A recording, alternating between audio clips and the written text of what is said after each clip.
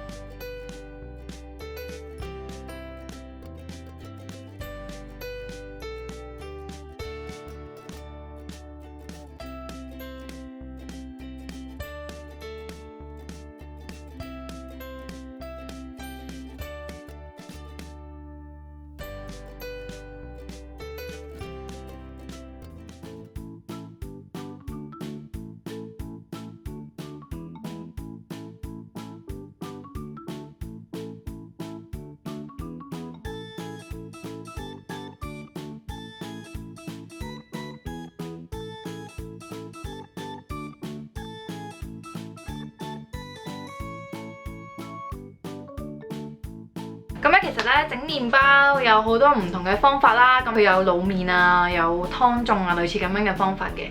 咁直接發比較方便啦，亦都比較快嘅。咁咧，但係直接發唔好處咧，就係佢好容易變乾變硬啊。但係今次呢個食譜咧，係我so far用過咁多個直接發嘅麵包食譜嚟講咧，算係最軟熟嘅，即係可能擺到係下一日食都唔會話太硬，都仲可以 keep 住佢嘅柔軟度啦。咁咧今次咧我就呢個麵包其實已經係幾日之前做好噶啦，咁咧我而家就將佢翻叮咗啦，咁試下睇下會唔會會好硬咁嘅感覺啦。其實已經俾我搣到好核突啦，即係仲 OK 喎，其實都只要你叮翻熱佢嘅話咧，都會係軟熟嘅，同埋咧佢有陣好香嘅麵粉味，即係好香嘅發酵嘅味道，係啊都幾好食㗎我覺得，同埋真係。比起普通嘅直接發嘅麵團啦，佢嚟得柔軟咯，同埋我覺得今次整得麻麻地，因為佢哋好逼啊，佢哋係攣埋咗住咁樣啦，所以我諗係個麵團份量太多啊。咁如果大家整嘅話，可以減走1/3份量都應該都 OK 嘅，咁樣會睇落去美觀啲嘅。今日嘅片咧就嚟到呢一度啦，咁如果大家中意咧就記得 like 啦，同埋留言話俾我聽啦，記得訂閱埋我嘅 channel。如果對我日常生活有興趣咧，都可以 follow 埋我嘅 Facebook 同埋 Instagram 啦。咁我哋就下條片再見啦，拜拜。